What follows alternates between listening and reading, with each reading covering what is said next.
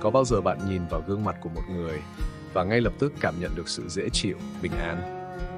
Hoặc ngược lại, có những người chỉ vừa lướt qua thôi đã khiến ta bất an, thậm chí thấy lạnh sống lưng mà chẳng hiểu vì sao.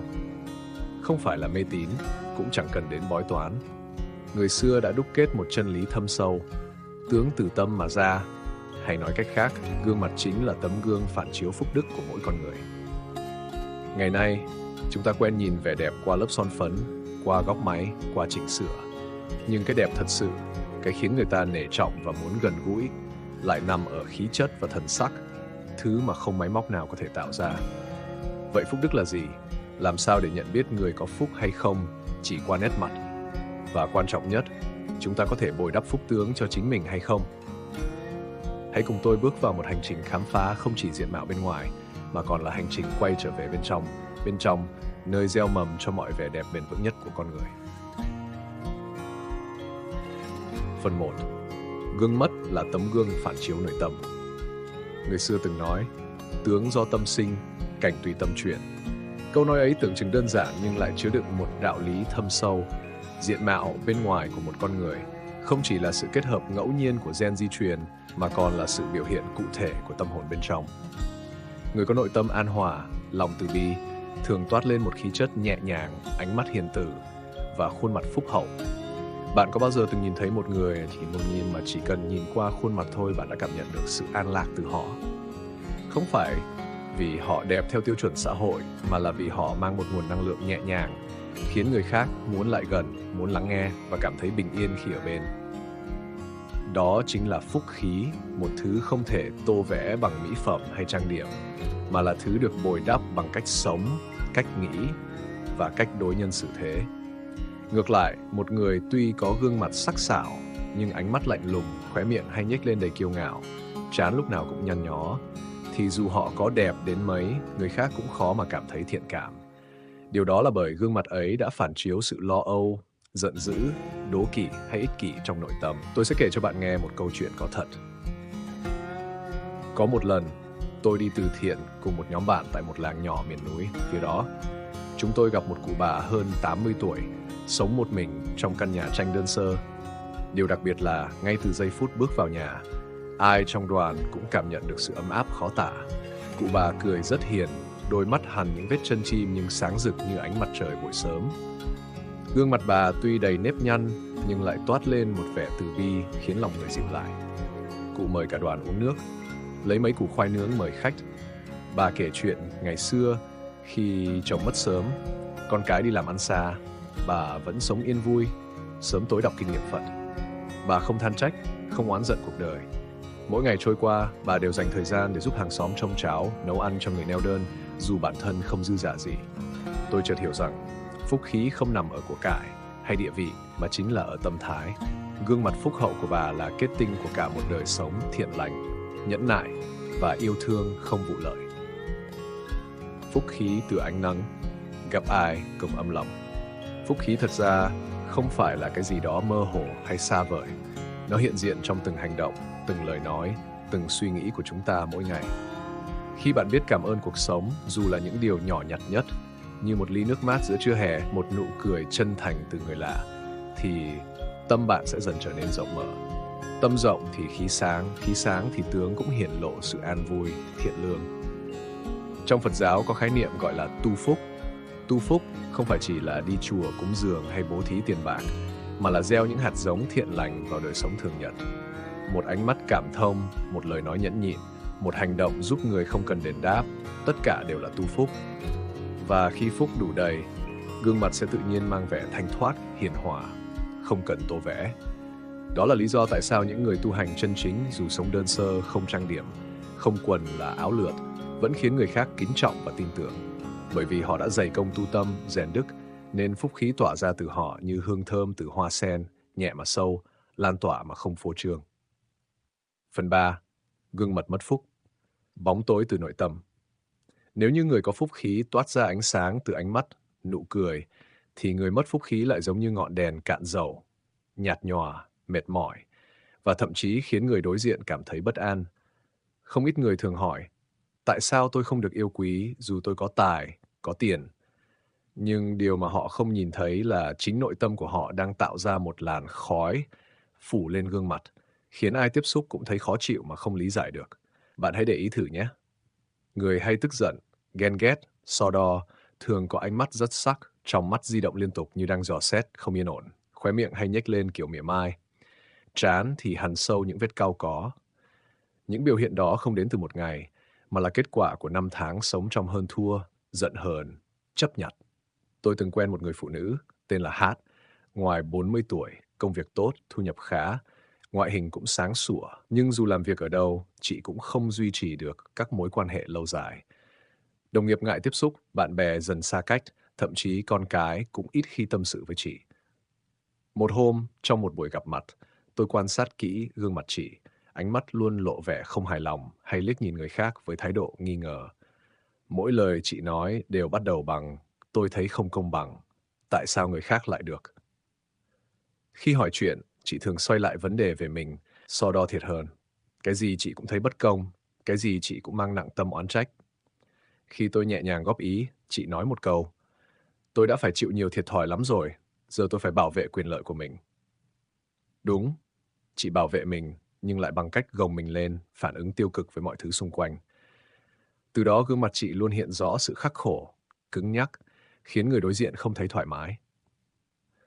Chị có thể gọi là người thiếu phúc khí, không phải vì hoàn cảnh mà vì nội tâm không buông được sân hận, oán trách và hơn thua.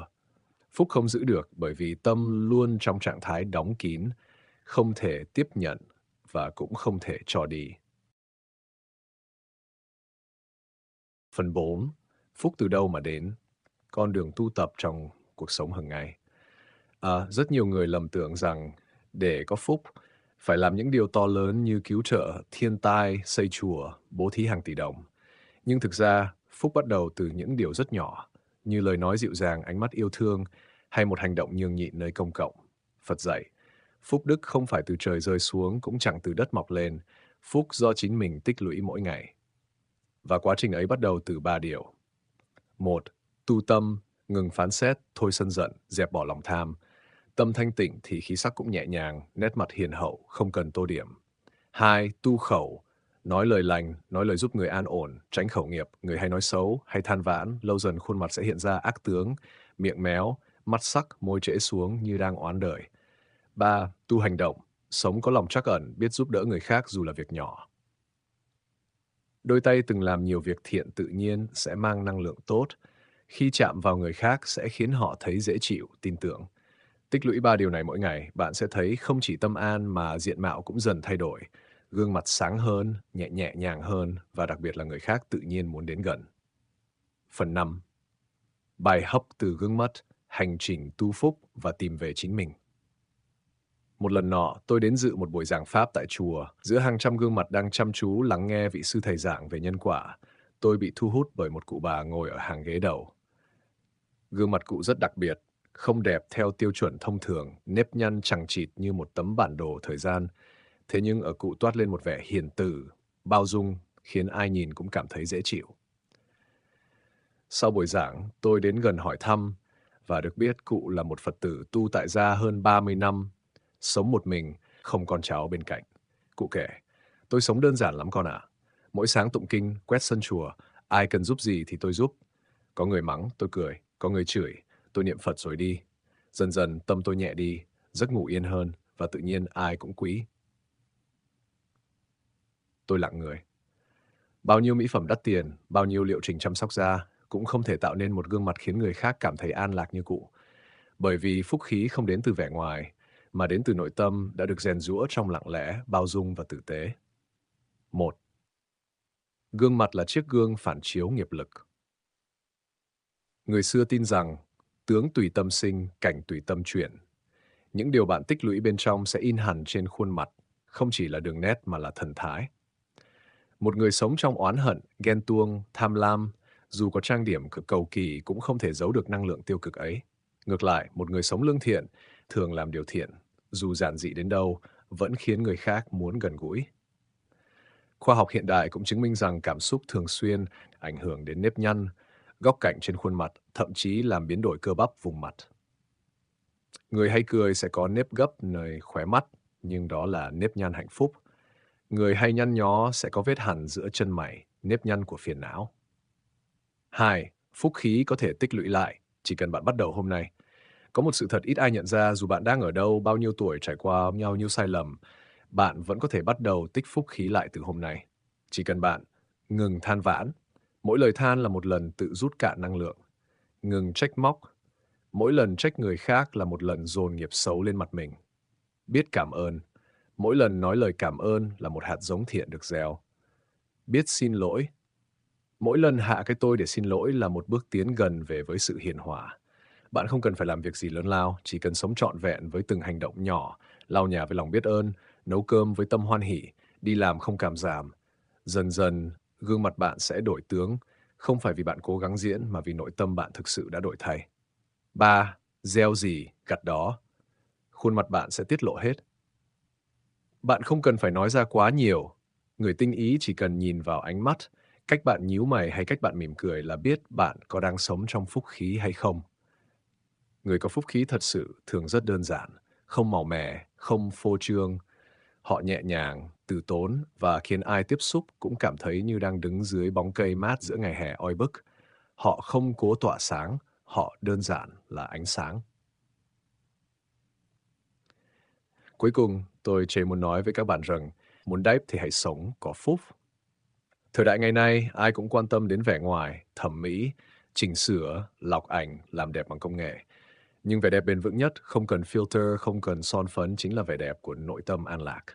Nếu bạn thật sự muốn có một gương mặt hút người, một diện mạo khiến ai cũng muốn đến gần, thì đừng bắt đầu bằng mỹ phẩm, mà hãy bắt đầu bằng tu tập. Muốn có ánh mắt hiền từ, hãy học cách tha thứ. Muốn có nụ cười an nhiên, hãy sống đơn giản và biết đủ. Muốn có khí chất nhẹ nhàng, hãy dừng việc phán xét và học yêu thương. Phúc khí là thứ không thể mua bằng tiền, nhưng ai cũng có thể tạo ra bằng chính đời sống thiện lành của mình. Và khi bạn tu tập đủ lâu, sống tử tế đủ sâu, gương mặt bạn sẽ là minh chứng sống động cho một điều. Phúc đức là thứ có thật và nó luôn hiện trên gương mặt người sống đúng đạo. Quý vị thân mến, nếu những chia sẻ trong video hôm nay đã chạm đến trái tim của bạn, đã khiến bạn suy ngẫm, hoặc đơn giản chỉ là mang lại cho bạn một phút giây bình yên giữa cuộc sống bộn bề, thì xin hãy dành tặng cho kênh một lượt thích, like, như một lời động viên chân thành.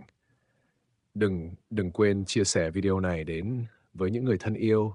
Biết đâu chính bạn lại là người gieo một hạt giống phúc lành cho người khác. Và nếu đây là lần đầu tiên bạn đến với kênh, hãy ấn nút đăng ký, subscribe để không bỏ lỡ những câu chuyện đầy ý nghĩa về đạo lý, nhân quả và phúc đức trong đời sống thường ngày. Kênh sẽ còn quay trở lại với nhiều video sâu sắc hơn nữa và rất mong được đồng hành cùng bạn trên hành trình khám phá sự an yên, tỉnh thức và thấu hiểu. Chúc bạn một ngày thật nhiều phúc lành và ánh sáng trong tâm hồn. Nam Mô A Di Đà Phật.